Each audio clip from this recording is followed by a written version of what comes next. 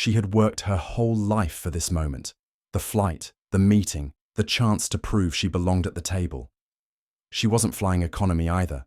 This was first class. She had earned it. She stepped onto the plane with confidence. Tall, dressed sharp, the kind of look that said, "I run things." And she did. Her company was making waves, changing how tech reached everyday people. Investors were waiting for her on the other side. A big deal was on the line. She found her seat in first class, just like the ticket said. But instead of a welcome, she got hesitation. The flight attendant looked at her, then at the seat, then back at her again like something didn't match. There was a pause. Then the words came out. "Ma'am, I'm sorry, but there seems to be a mix-up. This seat has already been given away." She blinked. "I'm sorry, what? This is my seat. My name is right here on the ticket." The flight attendant didn't look comfortable, but the message stayed the same. No room, no explanation, just a request. "If you could please move to economy, we'll figure something out once everyone boards." She stood there, holding her bag, surrounded by passengers who either looked away or stared too long. Some whispered. Others tried to pretend they didn't see. That stung more than the words themselves. She walked to the back of the plane, jaw tight, heart pounding, not because she was upset. She was used to being underestimated, but because this was 2025, not 1965, not some old photo in a history book. She sat down in economy, legs folded into a seat too small, thinking about how many times this had happened before, how many times she had smiled through it, how many times she had let it go. But not today, not this time. She pulled out her phone, typed a few notes, snapped a quick pic of the boarding pass, and sent it to someone she trusted. Not for drama, not for revenge, for record. This wasn't just about a seat anymore. It was about showing the world that when you've built something real, when you've climbed your own mountain, no one gets to tell you where you belong, even at 30,000 feet.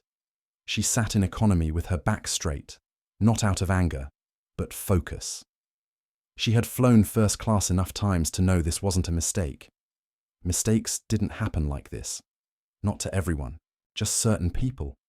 Around her, passengers either stayed quiet or tried not to stare. One woman offered a small smile. A man near the window pretended he was already sleeping. No one said anything out loud, but she could feel it. Some were uncomfortable, others curious.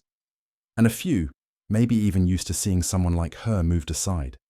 She didn't say much. She just opened her phone, tapped a few messages through her digital assistant, and started building a paper trail. Her fingers flew across the screen. Not fast out of anger, but fast out of habit. She had been here before. Not on this flight, not in this seat, but in this moment. The moment when you realize your skin makes you a question instead of a guest. She texted her legal advisor, her PR team, and one more person. Someone who knew how these situations worked.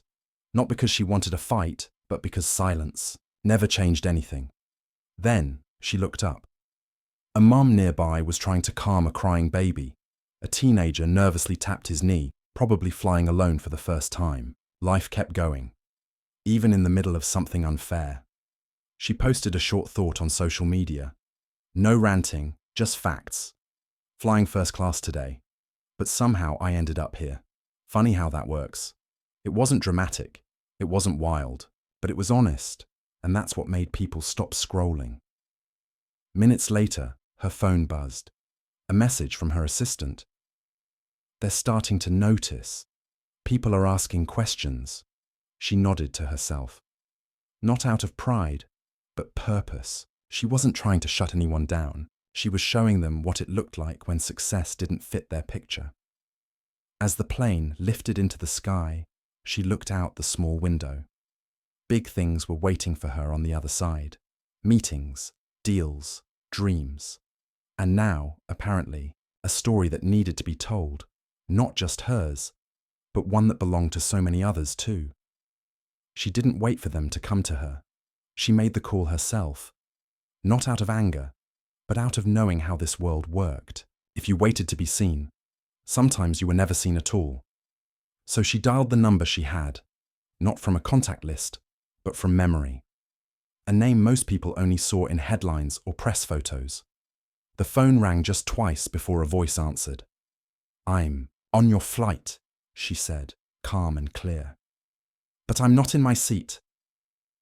There was a pause on the line, then a quiet breath. "I heard something was going on," came the reply. "Are you still on board?" "Yeah," she said. "And I'll stay calm, but I need this fixed now." She wasn't asking for special treatment, just the one thing she'd already paid for, the thing that had been given away the moment someone looked at her and decided she didn't belong. 10 minutes later, things started to move.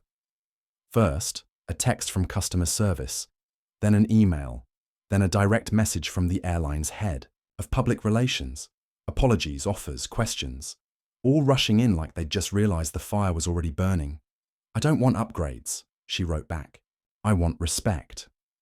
One by one, messages started coming in from people who knew how these systems worked, from those who had fought these battles before.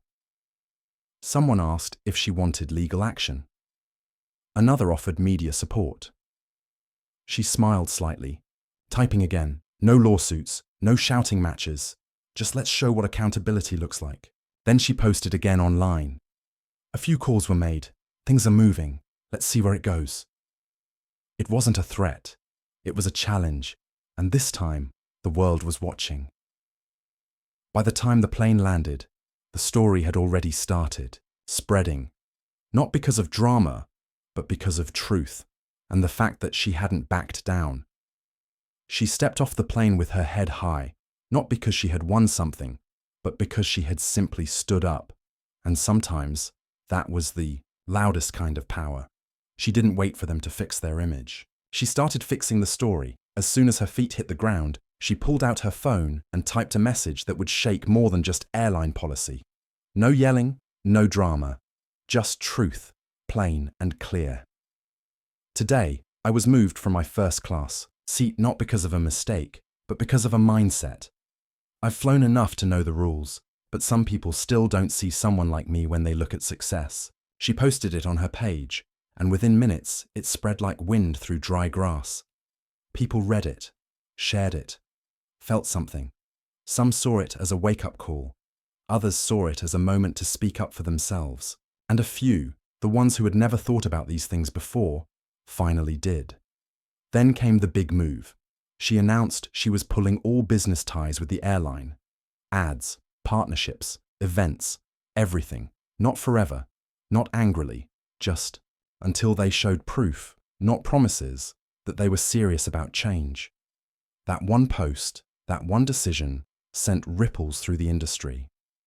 Other companies reached out, some to support, some to ask how they could do better. A few CEOs shared their own stories, moments where they felt unseen, unheard, or underestimated. One tech founder said, "I used to think success protected you. Turns out, sometimes it just makes the disrespect louder." But the loudest voice wasn't hers alone, it was everyone else's. A group of black pilots made a statement. So did flight attendants who had seen this kind of thing before, but never spoke up. Now they did. And the public? They watched, not just the outrage, but the calm power behind it. She didn't need headlines to tell her story. She was the headline. And in that moment, she became more than a CEO. She became proof that standing up doesn't always mean shouting. Sometimes it just means staying seated or walking away until the world finally sees you. The story didn't die after landing. If anything, it just took off. News shows picked up the post. Business pages wrote about it. Even morning talk shows brought it up between weather updates and movie ads. It wasn't just about a seat anymore. It was about who gets to belong where, and why some people still struggle to be seen the way they really are. At first, the airline tried the usual moves. They said it was a misunderstanding, a single mistake by one employee. They promised an internal review, as if that alone would fix everything. But this time, people weren't buying it. Social media kept the fire burning. People started sharing their own stories. Times when they felt ignored, moved aside, or treated like they didn't fit. Some were black women, like her. Others came from different walks of life. But they all knew that feeling, being judged before being known. Then came the leaks. Someone shared old emails, not fake ones, not rumors, but real messages from inside the company. Passengers had complained, before, not just once or twice, and every time the response was the same. Thank you for your feedback. We'll look into it. That's when the mood shifted. People started asking harder questions. Investors looked closer. Employees whispered in corners, wondering if change was finally coming, or if the company would try to hide behind words again. A few days later, she agreed to an interview, not with a gossip show, but with a serious news channel. She wore no makeup, no suit, just a calm voice and clear eyes. She didn't come to tear them down. She came to make them see. "I'm not here to cancel anyone," she said. "I'm here to wake people up. If we don't talk about these things now, we're going to keep repeating the same mistakes 10 years from now." And maybe that's what hurt the most. Not the moment on the plane, but how many people had lived through something like it and stayed quiet. Now, the silence was gone. And for the first time, the world wasn't looking away. It wasn't about punishment. It was about change. And that kind of change doesn't start on a plane or in a news story. It starts behind closed doors, where decisions are made and habits are broken. She didn't disappear after the headlines passed. She stayed involved, not as an enemy, but as someone who knew how systems worked and how they could be made better. A few weeks after the flight, she sat across from the airline's top leaders in a quiet meeting room. No cameras, no reporters, just honest talk. She didn't come with a list of revenge demands. She came with a plan, clear policies for reporting bias, better training not just for staff, but for managers, real consequences when something like this happened again. At first, some of them seemed nervous, others defensive. But slowly, as she spoke, something changed. Not because she raised her voice, she didn't, but because she made it clear. This wasn't about one person. It was about making sure no one else had to go through what she did. They agreed to changes, not all at once, not perfectly, but enough to start moving. Soon, the airline rolled out new guidelines. Flight crews were trained to handle seating issues, without assumptions. Customer service teams got clearer rules on how to support passengers fairly, and for the first time in years, internal reports showed that passenger complaints, especially from black travelers, started to drop. But the biggest change wasn't inside the company, it was outside of it. Other businesses began asking questions too. Could we be doing better? Are we listening enough? She started getting calls from young women, girls really, who saw her story and thought maybe they could run companies too. Maybe they could fly wherever they wanted and not be moved aside. So, she started something small, a mentorship program for young black girls interested in tech and travel.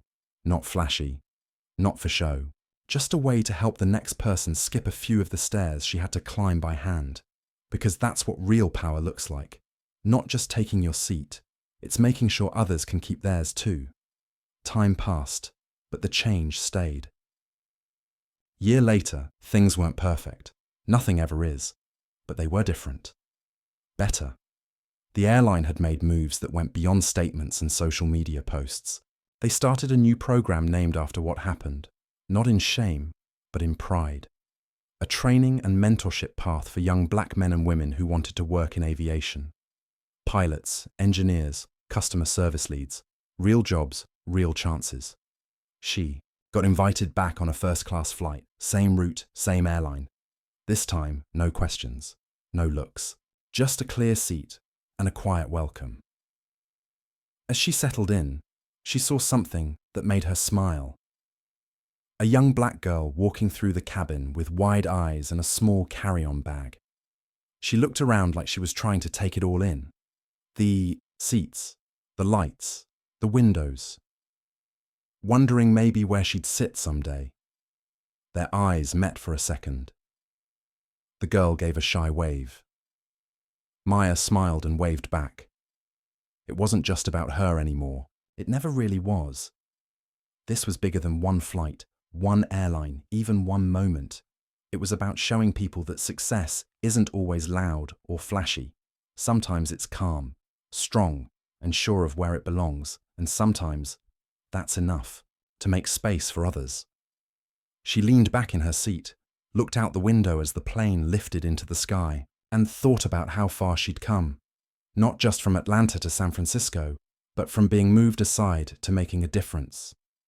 She didn't start this fight to break things. She started it to build something better. And now, watching a new generation look up and forward, she knew it had worked.